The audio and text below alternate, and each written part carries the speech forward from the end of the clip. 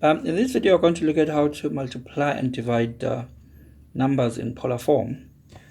So we're going to look at through these examples here. Now, each of the examples we're going to work out first in rectangular form, and then we're going to work it out in polar form. In both cases, we're going to leave our answer in rectangular form. So in the previous video, we looked at addition and subtraction of numbers in polar form, where we saw that it is best to express everything first in rectangular form.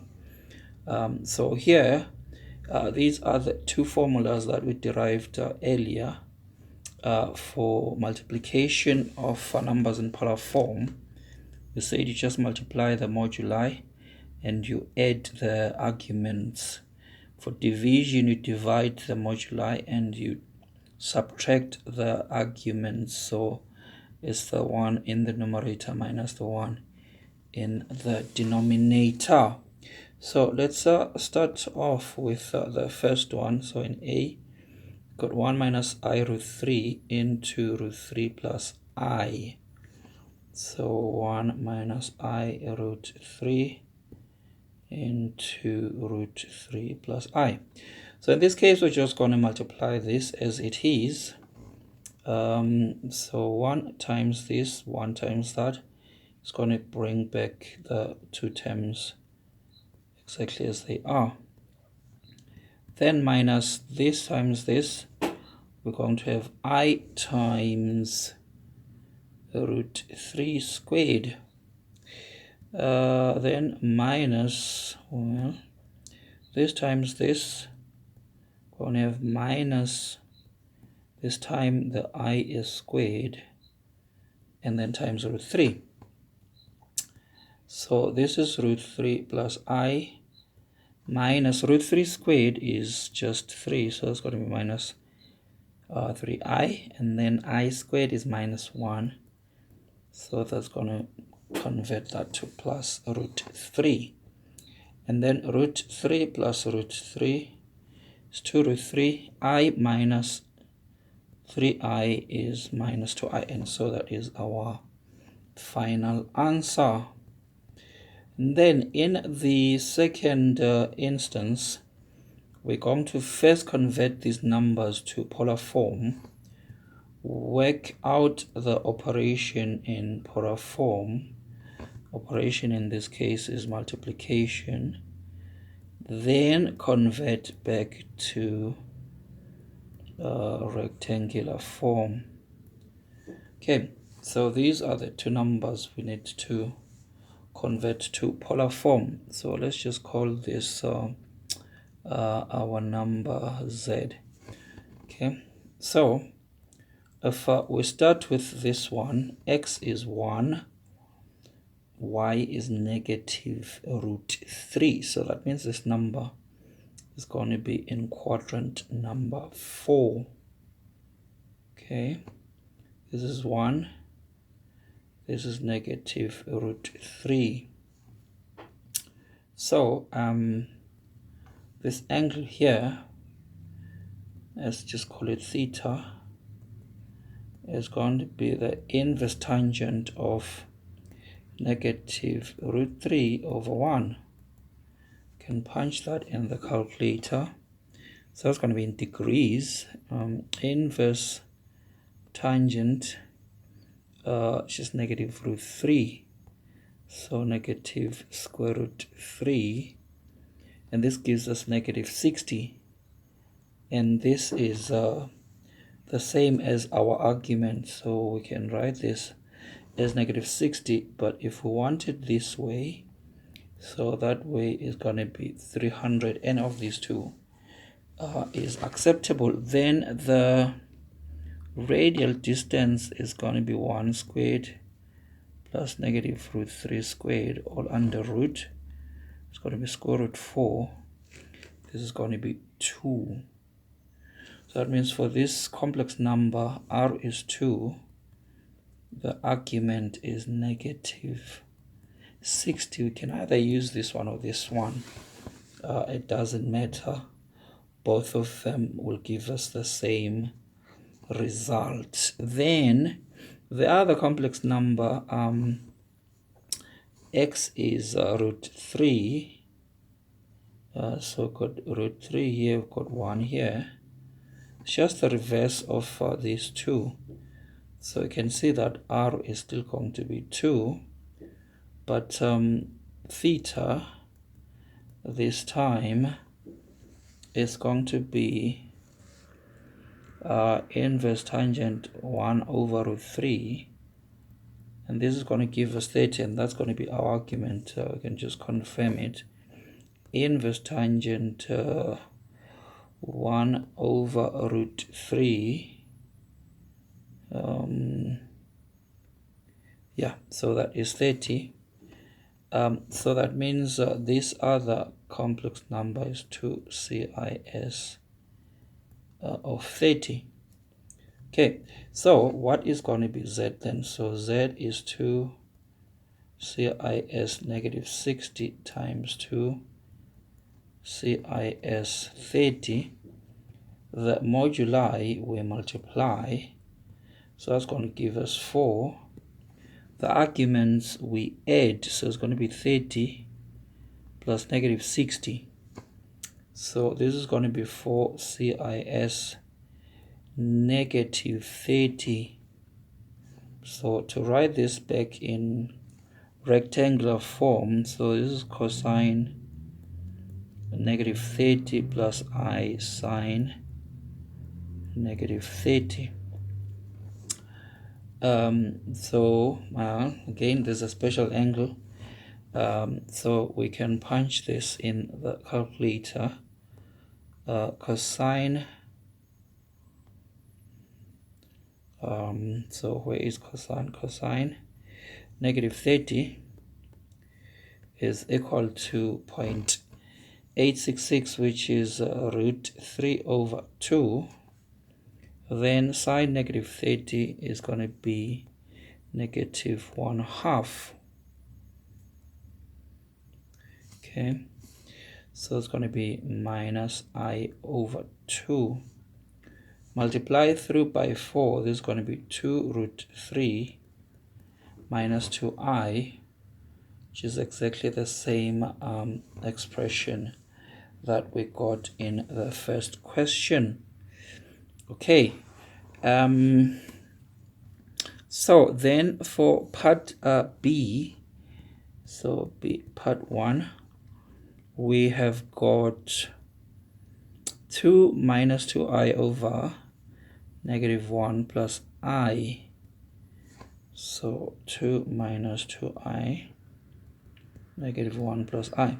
So again, the first thing we're going to do is to work this out in a rectangular form as it appears, whereby we multiply both numerator and denominator by the complex conjugate of the denominator, so that we obtain by just negating the imaginary part.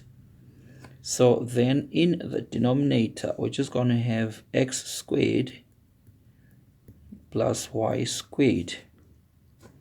In the numerator, if you factor out negative between these two and factor out 2 between these two, then you're going to have 1 minus I into 1 plus I. Then you're going to notice that all of a sudden these are complex conjugates again. So we're going to have 1 squared plus 1 squared over 2 squared. So this thing is going to work out to negative 2. Okay, then we are now going to want to work this out in polar form. So 2 minus 2i over negative 1 plus I. So if we start with 2 minus 2i, it's going to be a complex number in the fourth quadrant. Since the lengths of the two sides are equal, this is isosceles, so this means that angle is negative 45. Then the radial distance is going to be 2 squared plus 2 squared. So this is going to be square root 8. And then if we do the same thing with minus 1 plus I, so that one is going to be in the second quadrant, minus 1 here, 1 there. Again, since these two are equal, it means this angle here is going to be 45, which means that angle there, which is our theta, is 135. This time we're going to work in radians. 135 is 3 pi over 4. This one is negative pi over 4. The radial distance here is going to be 1 squared plus negative 1 squared. It's going to be square root 2. So that means our complex number z we can write as square root 8 CIS negative pi on 4. So that's this number this side. Then the other one is square root 2 CIS 3 pi over 4. Then square root 8, so we're going to have here square root 8 over square root 2. We divide those ones. These ones we subtract, minus pi over 4 minus 3 pi over 4. So that's going to be minus 4 pi over 4. Square root 8 over square root 2 is the same as 8 over 2. So that's like square root 4. CIS, this is going to be negative pi, because it's going to be minus 4 pi over 4.